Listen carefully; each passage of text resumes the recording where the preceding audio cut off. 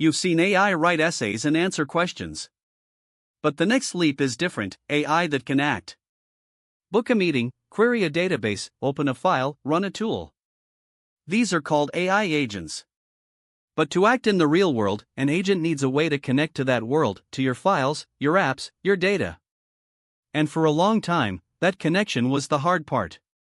Today, a single open standard is changing that. It's called the Model Context Protocol, or MCP.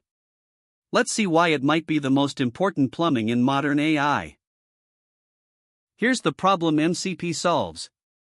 Say you have an AI agent, and you want it to use 10 different tools: a database, your email, GitHub, Slack, a search engine, and more. Without a standard, you build a custom connector for each one. Different code, different format, different rules.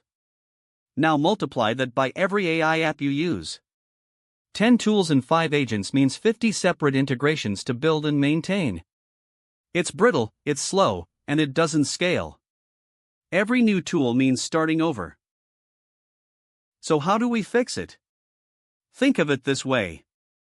If a large language model is the brain, great at reasoning in language, then MCP is the nervous system, the wiring that connects that brain to the real world, so it can sense and act. Engineers like another analogy: MCP is the USB-C of AI. One universal port. Instead of a different cable for every device, you get a single standard that everything plugs into. Write the connector once, and any AI app can use it. So what exactly is MCP? It's an open protocol, a shared language, that standardizes how AI applications connect to external tools and data. It was introduced by Anthropic and is now used across the industry. The key idea: instead of every app inventing its own way to talk to every tool, everyone agrees on one way. That turns a tangled mess of custom integrations into a clean, plug-and-play ecosystem. Build an MCP server for your tool once, and every compatible agent can use it instantly. MCP has 3 simple pieces. First, the host, the AI application you're using, like a chat assistant, an IDE, or an agent. Second, the client, a connector that lives inside the host and manages one connection. And third, the server, a lightweight program that wraps an external tool or data source and exposes it. The host's client talks to the server. The server does the real work, calling an API or reading a database, and sends results back. The AI never needs to know the messy details of each tool. And it scales beautifully.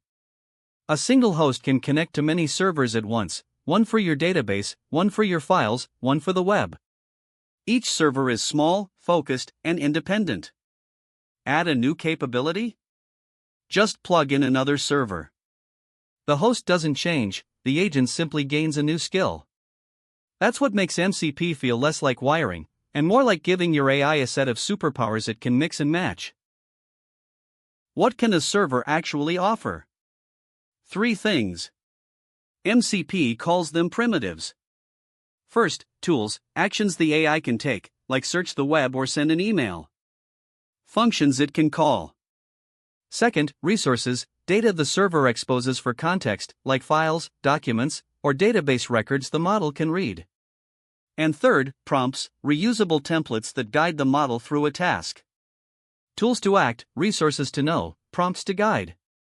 Together, they give an agent everything it needs to work with a system. Under the hood, MCP keeps things simple and proven. Messages are sent using JSON-RPC, a lightweight format for, call this function, here are the arguments, here's the result. For tools running on your own machine, MCP talks over standard input and output, fast and local. For remote services, it uses HTTP with streaming, so results can flow back in real time. The transport can change, but the language stays the same. That consistency is what makes the whole ecosystem click together. Here's the whole thing in one view. At the top, the AI model. Below it, the client. In the middle, the server, exposing its tools, resources, and prompts, and speaking MCP over standard I/O or SSE. And at the bottom, the real world, APIs, databases, file systems. Every layer has exactly one job, and the protocol ties them together. Read it once, and the entire architecture clicks into place.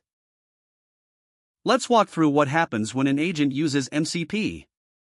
Step 1. The agent decides it needs to do something, say, look up sales data. Step 2. Its client sends a request to the right server. Step 3. The server executes. It runs the query, fetches the data, or returns a prompt. Step 4. It streams the result back to the agent. And Step 5, the important one, the agent reflects. It reads the result, decides what to do next, and maybe calls another tool. Think, act, observe, repeat. Let's make it concrete. Imagine a vector database like Qdrant. It wraps itself in an MCP server and exposes a single tool, semantic search, which takes a query string. Now your agent can say, find documents related to this question. And behind the scenes, MCP calls semantic search, the database finds the most relevant passages and sends them back. The agent uses them to answer with real, grounded information. This is retrieval in action, and the agent never had to know how the database works. Here's another. A PostgreSQL server can expose tools like get sales, with a region and a quarter. Or even run query, to execute SQL directly. Now ask your agent, how did sales do in Europe last quarter? The agent calls get sales, the server returns structured numbers from the live database, and the agent explains the result. No guessing, no outdated training data. Real answers from the real system. That's the difference between an AI that sounds informed and one that actually is. This is why MCP matters. It turns an AI from a passive responder into an active operator. Because it pulls live data, it's far less likely to hallucinate. It can check, instead of guess. Because it gets results back, it can reflect and retry when something fails. And because tools are described in a standard way, an agent can discover new tools at runtime and figure out how to use them.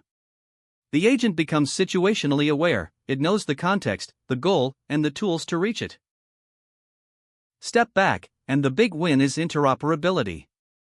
Remember those 50 custom integrations? With MCP, you build each server once, and every agent can use it. 10 tools plus 5 agents becomes 15 pieces, not 50.